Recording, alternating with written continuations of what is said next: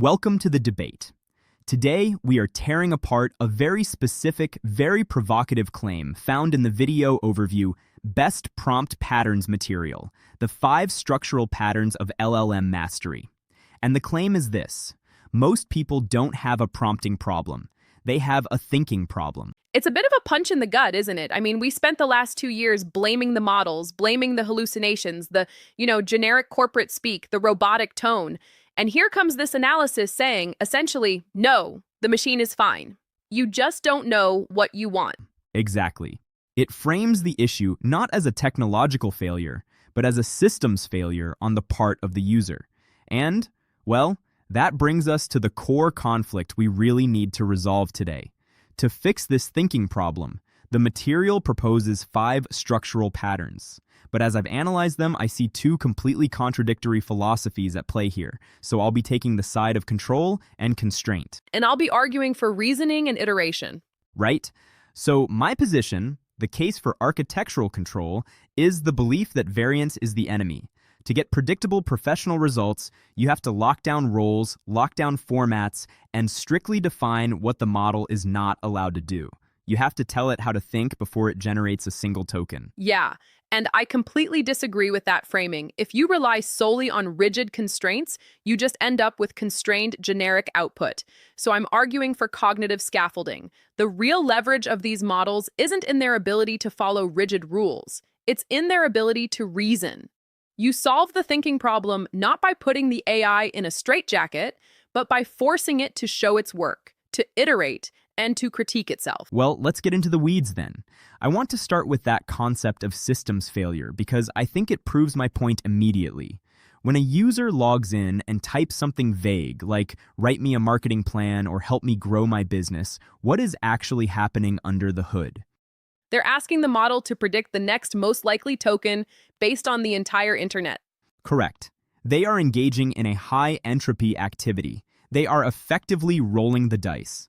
The model looks at that vague request, looks at its training data, and asks, what is the average answer to this question? And because the internet is mostly mediocre, the output is mediocre. It's what I call the reversion to the mean. I don't dispute that vague prompts lead to vanilla answers. Think of the LLM like water. It flows downhill to the path of least resistance. If you don't dig a channel, you just get a puddle. Exactly. You get a puddle. And my argument is that the professional's job is to build the dam and the pipes. The material explicitly states, if you don't control structure, the model fills in the gaps for you. You simply cannot let it fill in the gaps. You have to define the identity and the boundaries up front. This is why pattern 1, role goal constraints, is the only baseline way to operate. See, I think you're conflating specificity with control. You can be specific without being a dictator about it. Let's look at the solo builder example from the analysis. I mean, this is a perfect case study. You have a solo founder trying to grow a newsletter. A standard user asks, give me growth ideas. The model spits out, run Facebook ads, do SEO, hire an agency. Useless. Why? Because the model assumes the average business context, which usually involves money and teams. Right? It hallucinates resources the user doesn't actually have. Precisely. Now look at the structural approach. You don't ask for ideas yet. You set the constraints. Role. Bootstrapped advisor. Constraints. Budget is 0. Time available, 5 hours per week. No paid tactics. No collaborations requiring outreach. It's a constraints-based filter. It's much more than a filter. It's a reality distortion field by explicitly stating what is not allowed. 0 budget, no ads. You force the model to discard 90% of its training data. You force it into the corner of the vector space where guerrilla marketing lives. That isn't collaboration. That is me, the architect, telling the machine exactly what reality looks like. So it stops guessing. I accept that constraints are necessary to set the stage. If you don't tell it you have no money, of course it will assume you do. But here is where your argument falls apart. You think that once you set the constraints, the thinking problem is solved. I argue that is just the starting line. How so? Because you can have a perfectly constrained prompt that produces a highly confident hallucination. Let's look at the pricing decision scenario in the text. This is where your role goal constraints pattern is actually dangerous. Dangerous? Yes. If you say, act as a pricing expert, constraints, SaaS product, B2B market, goal, give me the optimal price point. The model will say the optimal price is $49 a month. And you, because you trust your rigid constraints, will say, great, the architect has spoken. But where did that number come from? It came from the training data associated with B2B SaaS. It came from a probabilistic guess. It compressed the reasoning. This is why I advocate for pattern 3, chain of thought scaffolding. You cannot just ask for the answer. You have to force the model to externalize the logic. The value isn't the number 49. The value is the path it took to get there. But listen, if I'm a busy executive, I don't want to read a dissertation. I want the recommendation. And that is exactly how you make bad strategic decisions. The thinking problem is actually that we're lazy. We want the answer without doing the work. My approach forces the model to break it down. Step 1, analyze the cost structure. Step 2, compare 3 competitors. Step 3, suggest 3 pricing tiers. Step 4, justify the recommendation. You're talking about asking it to show its work. I'm talking about quality control. If step 2 says competitor X charges $100 and I know competitor X actually charges $20, I catch the hallucination immediately. If I just take your constrained single answer, I miss that error completely. The chain of thought allows me to debug the model's logic. Your method treats the AI like a calculator. You punch in numbers and blindly trust the result. I treat it like a junior analyst. I need to see how they got there before I trust a word they say. I think you're underestimating the power of the prompt structure itself to prevent those errors in the first place. But let's pivot to the second area of contention, because I think this is where the control philosophy really leaves the reasoning philosophy in the dust. We need to talk about shaping the output. You mean formatting? I mean defining the vessel. Everyone focuses on the content, the actual words. I focus on the shape. Pattern 2, context, task, format, and pattern 4, contrast and boundaries. This is the negative space concept from the text. Exactly. In art, negative space defines the subject. In prompting, what you exclude is often more important than what you include. The analysis makes a profound point here. It says boundaries shrink probability space. Give us a concrete example of that. Take the YouTube script use case. You ask an AI to write a script about AI automation. What happens? It starts sounding like a terrible tech brochure. In today's fast-paced digital landscape, we must unlock the power of. I mean, it's nausea-inducing. Yeah, it's the generic internet voice. Right now, you can try to collaborate with it and say, make it sound better, which is vague and unhelpful, or you can use pattern 4 contrast. You add a strict constraint tone, cynical, not hopeful. Do not use words like unlock, unleash, or revolution. Contrast the hype with the boring reality. So you're stripping away the cliches. I am sculpting. I am chipping away the marble that isn't the statue. And then, and this is the killer app, I use context task format to lock it into a highly usable structure. Look at the investor questions example. The table. The table. Most people that say, give me a list of questions investors will ask, they get a bulleted list of 10 generic questions. How will you grow? Who is your team? It's useless. And your fix is? My fix is the format. Format a markdown table with 3 columns. Column 1, the question. Column 2, the why, as in what fear is driving this question. And column 3, a data-backed answer. Okay, I have to admit that column 2 is very clever. It's not just clever. It's structural leverage by forcing the model to fill out column 2. The why, I'm forcing it to simulate the investor psychology, but notice I didn't ask it to simulate psychology. I asked it to fill a cell in a table. The structure creates the insight. The constraints produce the quality. I don't need a sprawling dialogue with the bot. I just need a grid. See, this is exactly where we part ways. You look at that table and say, problem solved. I look at that table and say, good first draft. It's a very good first draft. But it's still a draft. You are assuming that because the table looks pretty, the content inside it is automatically insightful. This is failure mode number 3, single shot dependence. You are addicted to the idea that one perfect prompt solves the problem forever. If the prompt is engineered well enough, it should. No, that is a fundamental misunderstanding of how LLMs work. They are stochastic. They are probabilistic.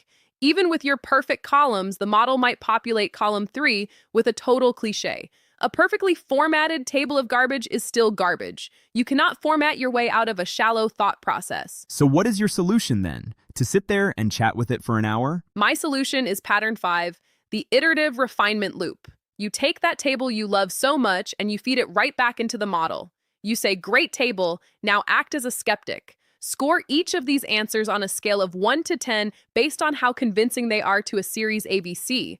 Highlight the weak ones and rewrite them to be more aggressive. You're asking it to grade its own homework. I am asking it to switch personas. First, it was the creator generating the table. Now it is the critic evaluating the table. The analysis shows that LLMs are significantly better at critiquing content than generating it from scratch. When you skip the refinement loop just because you're so satisfied with your architectural control, you're leaving the best insights on the table. You're settling for B+ work just because it has nice margins. Look, I accept that iteration has value, but I worry that iteration is often just a cover for "I didn't know what I wanted when I started."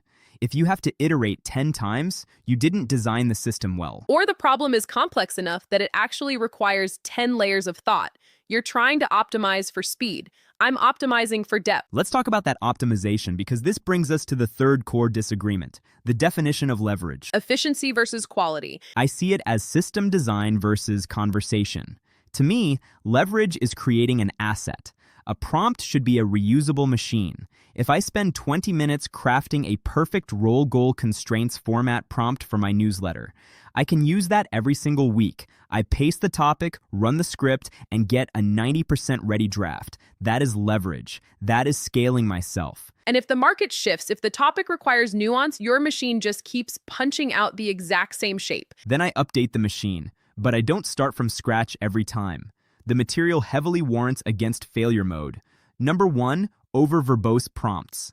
People write these long, rambling love letters to the AI, giving it all this backstory and vibes. It's inefficient. You need structural anchors. You need to treat the prompts like a function in a code base. Input X, output Y. That sounds soul-crushing.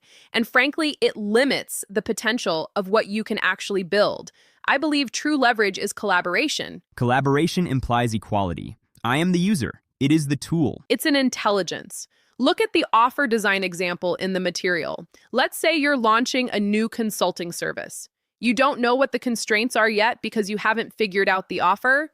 You can't code the prompts because you don't even know the variables. So you just ramble at it. No, you use the AI to explore the problem space. You say, "Here are my skills. Here's the market." Generate 10 potential offer angles. Now rank them by speed to money. Now rank them by fun to deliver. Now combine the top 2. Those are still constraints. Rank by speed is a constraint. It's scaffolding. A constraint restricts, but a scaffold supports. I am using the AI to widen my aperture, not narrow it. You want the AI to execute a task you already perfectly understand. I want the AI to help me understand the task itself. That is a fundamental difference. You are using it as a typewriter on steroids. I am using it as a co-founder. But notice what you did there. You didn't just say, "What should I do?"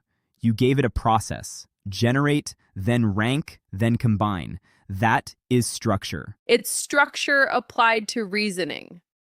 Yes, not structure applied to formatting. I think we are splitting hairs, but the distinction matters. You are trusting the model to do the thinking. I am trusting the model to follow the instructions.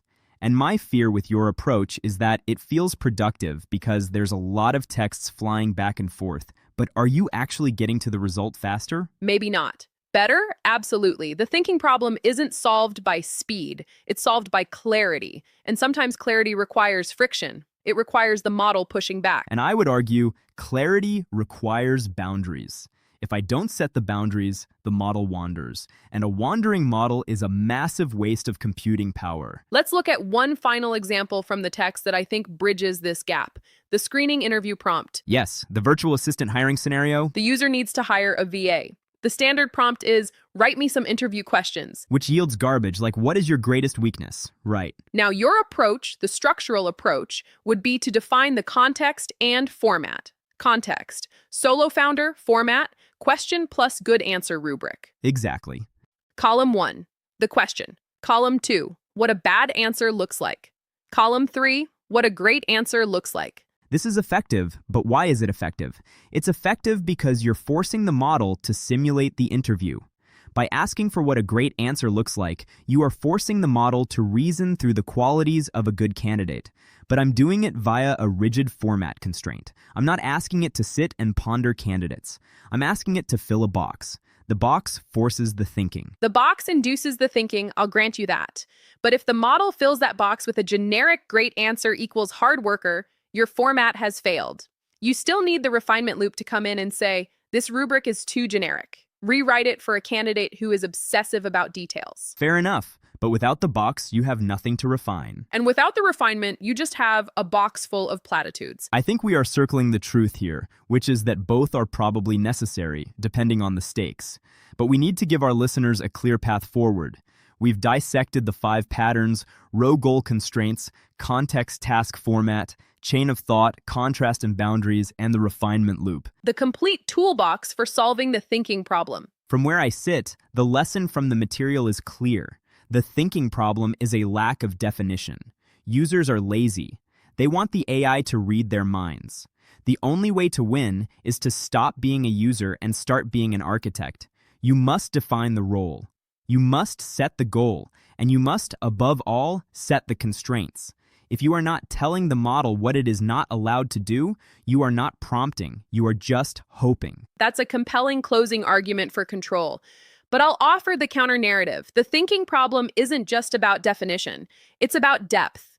If you rely solely on rigid templates, you will get very polished, very structured, very average work. The real magic happens when you treat the model as a sparring partner. Use the chain of thought to check its logic. Use the refinement loop to challenge its first draft. Don't just command the AI, collaborate with it. Well, whether you lean toward commanding or collaborating, the source material leaves us with a very specific challenge. Rewrite one vague prompt today. Exactly. Don't try to change your whole workflow overnight. Just take one prompt you use all the time.